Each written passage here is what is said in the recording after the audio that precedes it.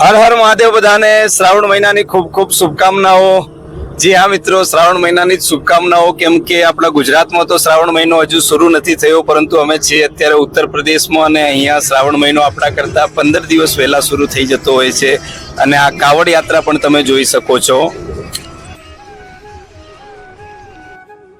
તમે આ જોઈ શકો છો અહીંયાની જે કાવડ યાત્રા છે અહીંયા શ્રાવણ મહિનામાં થતી હોય છે। હર હર મહાદેવ, હર હર મહાદેવ।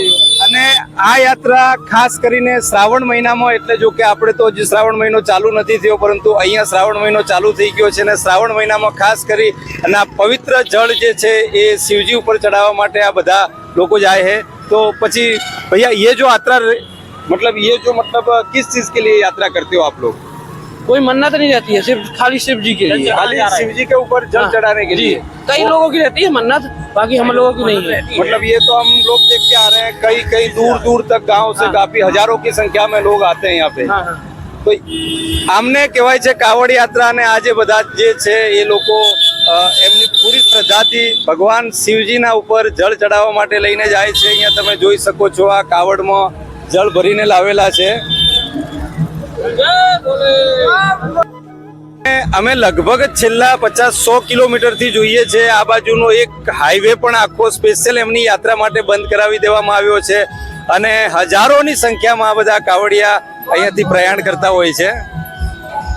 આ કાવડ યાત્રામાં પવિત્ર નદીમાંથી જળ ભરી પોતાની કાવડમાં લઈ અને શિવજી ઉપર જળાભિષેક કરવાનો હોય છે ને અમારે એક બાજુનો હાઈવે બંધ હોવાથી ટ્રાફિકનો પણ સામનો કરવો પડ્યો, પરંતુ ત્યાંથી હવે અમે પહોંચી ગયા છીએ પ્રયાગરાજમાં, જે ત્રિવેણી સંગમ છે ત્યાં।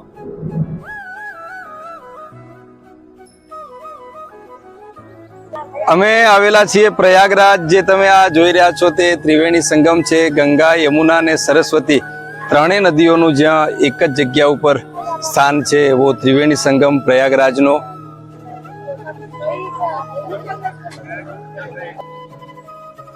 પ્રયાગરાજના ત્રિવેણી સંગમ ઉપર અમે સ્નાન કર્યા બાદ તેના બાજુમાં જ એક બડી હનુમાનજીનું મંદિર છે, ત્યાં દર્શન કરવા માટે જઈશું।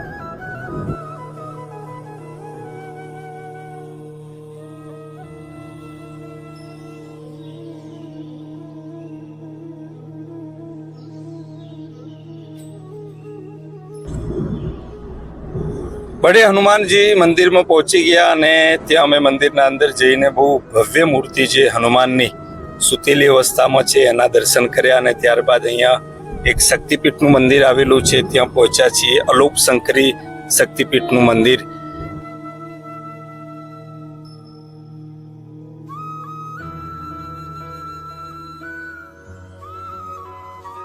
બહુ જ ભવ્ય મંદિર અલોપ શંકરી શક્તિપીઠનું ત્યાં દર્શન કર્યા। એમ તો પ્રયાગરાજમાં એક લલિતા શક્તિપીઠ છે, આપણા 51 શક્તિપીઠોમાંની એક શક્તિપીઠ છે, એ પણ આવેલી છે। હવે પછીનું અમે આ જે બજાર તમે જોઈ શકો છો, બજારમાં ફરતા ફરતા અને ગાડીમાં બેસીને પછી લલિતા દેવી જે શક્તિપીઠ છે, જે કલ્યાણી શક્તિપીઠ તરીકે અહીંયા ઓળખાય છે, ત્યાં દર્શન કરવા માટે પહોંચી ગયા છીએ।